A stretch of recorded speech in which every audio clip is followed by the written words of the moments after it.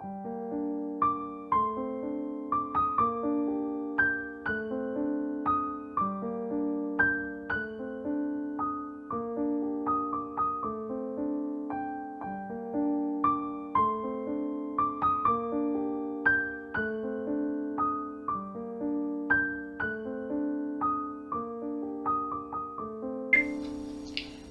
friends, what a pleasure it is to have you tune into my channel again today.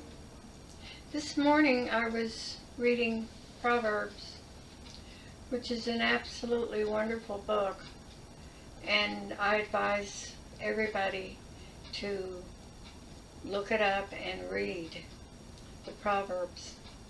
I had a pastor once who taught his children to read one every day, and there's 30 of them, so that by the end of the month they had read all of them, and then they started it all over again. And I thought that was such a wonderful thing, because the Proverbs were written by Solomon. Most of you know that watch these things. And Solomon was given wisdom. People in his day and time, when he was alive, people all over the world came to hear his wisdom. And a lot of the books and things that he's written have been lost. As down through the centuries, things do get lost. But we do have the book of Proverbs. And today I'm reading out of chapter 28 in the Proverbs, which was a young pastor's favorite verse of all times. I heard him just speak this particular verse many times. And it's the very first one. Chapter 28, verse 1. The wicked flee when no man pursues, but the righteous are as bold as lions. And this is called really integrity. Because if you know you're telling the truth, you're going to stick to it. And when you learn truth, you're not going to be easily deceived with myths and fabrication and downright lies. The second one is, for the transgression of a land, many are the princes.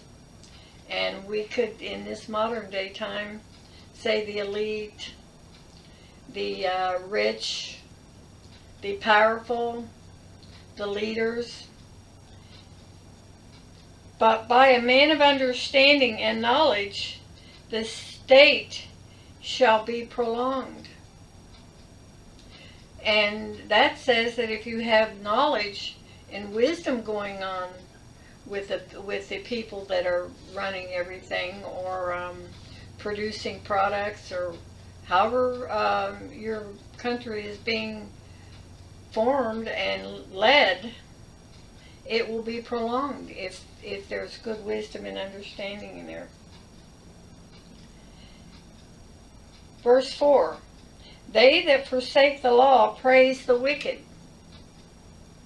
We have a lot of that going on. But such as keep the law contend with it. That means we're willing to have dialogue and explain it and talk about it, and not just command it and not be willing to answer for what we are putting into law. You will find, those of you who have not had time or inclination to read this book, will find that it is just as modern and it's as today's newspaper, or I should say the news that's on our media. Verse 5. Evil men understand not judgment. They don't understand judgment. But they that seek the Lord will understand all things. And again, you will find that I'm always pointing you right back to this wonderful book that's been left to us, that I'm reading out of, to get really, really, really good, solid understanding. Number 6, better is the poor that walks in uprightness than he that is perverse in his ways, even if he's rich. It is better for the poor that walks in uprightness than the rich that has got very, very perverse ways. Number 7, whoever keeps the law is a wise son, but he that is a companion of riotous men shames his father. And I could add to that, to his mother, his whole family, that that pertains to. Number 8, he that by usury and unjust gain increases his substance, he shall gather it for him that pity the poor. Now, if you really think about this, you would say, well, I don't understand that. Usury is interest, unfair interest. And almost everything that we buy and the loans that we make has interest. But we're talking about unfair and unjust gain is what it says here. And it increases the substance of the rich or who's ever gouging you. But it says he will gather it for him that will pity the poor. Now, when you think about it, how much taxes and things do we pay for welfare? And I'm not against welfare. I am not. When a person needs help, they need people that will pity their plight. But it says that the rich, those with the all the money and all the wherewithal, that they will gather it for he who will pity the poor. And we do know that when disaster happens, the government has to come in and put out tons of dollars and things to help those that are in need. So if that's not a relevant proverb, nothing is. Number 9, he that turns away his ear from hearing the law, even his prayer will be an abomination. So, when we cry out and ask God to help us in our desperation, which is usually when people do it, we need to consider that perhaps we've turned our ear away from what is right, what is lawful. If we're over the speed limit, this is a very small example. If we're over the speed limit and we get pulled over and have to pay a hefty fine, which I understand now they are hefty, it's because we were not paying attention to the law. And that will even go all the way up to larger things that we do that are lawless. Number 10, whoever causes the righteous to go astray in an evil way, he shall fall himself into his own pit. But the upright shall have good things in possession. I'm going to read this one again. Whoever causes the right person, the person that's doing right, to go astray in an evil way, he will himself fall into his own pit. That's what goes around, comes around. But the upright shall have good things in his possession. Good things, whether it's just a few good things or a lot of good things, they will be good things. Number 13, he that covers his sins shall not prosper, but whoever confesses and forsakes them shall have mercy. There's always forgiveness. That's the most wonderful thing that I think about the fact that Jesus coming and paying the penalty for us. But he did it. He did it. But if we don't forsake the evil way, it will not help us. We have to consider, yes, he came and died for everybody's sins so that we could be reconciled and we could be made righteous and just. But we have to continue. We have to forsake and not be enticed, like the former proverb said, to turn back or go toward evil.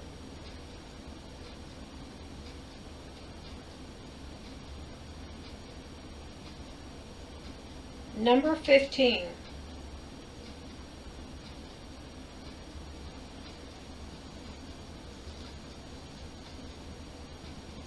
Actually, I'm going to skip up here to 26.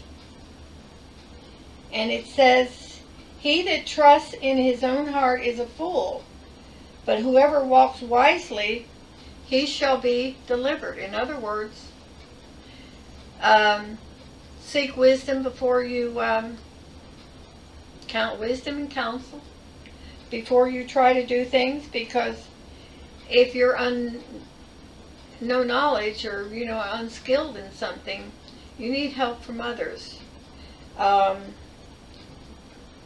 and they will help you out. "He that gives unto the poor shall not lack, but he that hides his eyes shall have many a curse." And that's pretty self-explanatory. He that gives to the poor shall not lack. In my lifetime, and you can tell I've lived a long life, I have seen this with my own eyes, that this is such a true thing. It was explained to me once that if you have your hand in a fist, you can't receive anything, but if your hand is open, you can receive something. In a fist, you can't get anything. Nobody can give you anything.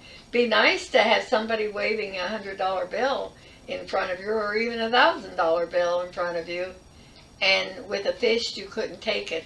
But if your hand is open, they could put it in the palm of your hand and you could take it.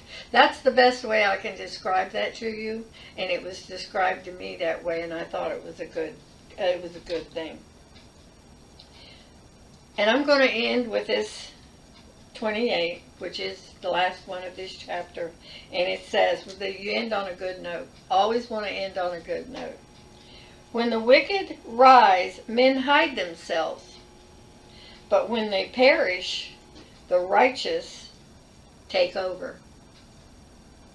So this goes right along with Psalm, I believe it's 47, and it says, "Fret not thyself because of evildoers, for they will wither like the grass. You will look for them, and you will not find them." And I'm going to end today on that up note, that I hope that you will open this book of Proverbs, because I understand from my daughter that her father-in-law, who is a very successful realtor, that they have a book, and it has a lot of these proverbs in, because they're so wise. They want their salesmen to understand these concepts that are in these books. So that should encourage you to think, maybe there's something in there that would help me in my walk in life. So I'm going to say thank you for joining me today. I hope that you did enjoy. I hope you will come again, because I'm going to do more Proverbs, as well as the blessings that are in this book that tells us that we can inherit and we can have each day, because I want to be a blessing and I want to be an encouragement, not a downsayer, because we have enough news that makes us feel really, really bad and think, oh my goodness, what's going on here? But in here, there is wonderful words of encouragement. And I want to talk to you about that. Like I said, my children asked me to do this for the grandchildren. But I hope the rest of you are also enjoying it, because I certainly am enjoying your comments that come to me. For now, goodbye and shalom.